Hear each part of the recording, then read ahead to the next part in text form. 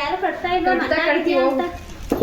ಅವರೆಲ್ಲ ಕಟ್ತೀವೋ ಎಲ್ಲ ಮನ್ನಾ ಆಗಿದೆ ಅಂತ ಯಾರು ಹೇಳಿದ್ದು ನಿಮ್ಗೆ?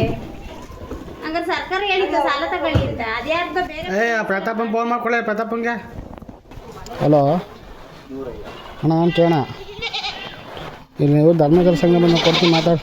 ಆಕ್ಸಿಡೆಂಟ್ ಆಗಿತ್ತು. ಹಾಂ ಆಕ್ಸಿಡೆಂಟ್. ಹಲೋ ಹೇಳೋಣ.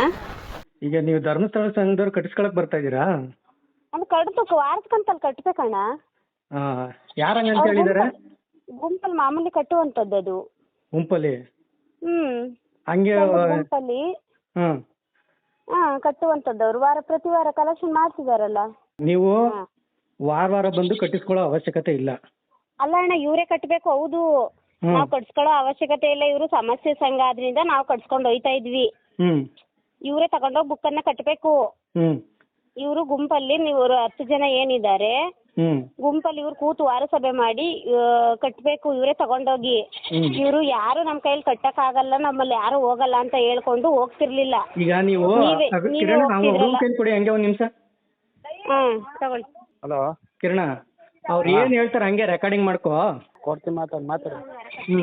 ಅಣ್ಣ, ನಮ್ಮಲ್ಲಿ ಕಟ್ಬೇಡಿ ಅಂತ ಹೇಳಿಲ್ಲ. ಒಂದ್ ವಾರ ಕಟ್ಟಕ್ ಆಗಲ್ವಾ, ಒಂದ್ ವಾರ ಪರ್ಮಿಷನ್ ಕೊಡಿ, ನೆಕ್ಸ್ಟ್ ವಾರ ಕಟ್ಕೊಳಕ್ ಹೇಳಿ ಅಂತ ಹೇಳಿದ್ದಾರೆ. ಈಗ ಪಿನ್ ಟು ಪಿನ್ ಲೆಕ್ಕ ಕೊಟ್ಬಿಟ್ಟು ನೀವು ಕಟ್ಟಿಸ್ಕೊಳ್ಳಿ. ಏನ್ ಹೇಳಿ?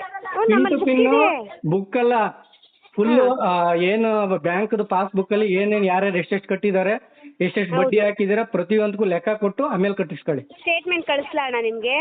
ಪ್ರತಿಯೊಬ್ಬರದ್ದು ಲೆಕ್ಕ ಬೇಕು. ಹೌದು ಅಣ್ಣ, ಪ್ರತಿಯೊಬ್ಬರದ್ದು ಐತೆ. ಪ್ರತಿ ವಾರ ಕಟ್ಟೋದು ನಮ್ಮ ಹತ್ರ ಡೀಟೇಲ್ ಅದೇ. ಸರಿನಾ? ನೀವು RBI ಗೈಡ್ಲೈನ್ಸ್ ನಿಮ್ ಲೈಸೆನ್ಸ್ ಇದೆಯಾ? ಹೌದು.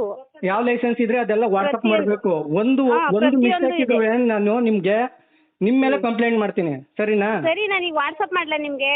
ಧರ್ಮಸ್ಥಳ ಸಂಘದ ಲೈಸೆನ್ಸ್ ಇದೆಯಾ? ಹೌದು ಅಣ್ಣ. ಯಾವ ಲೈಸೆನ್ಸ್ ಇದೆ?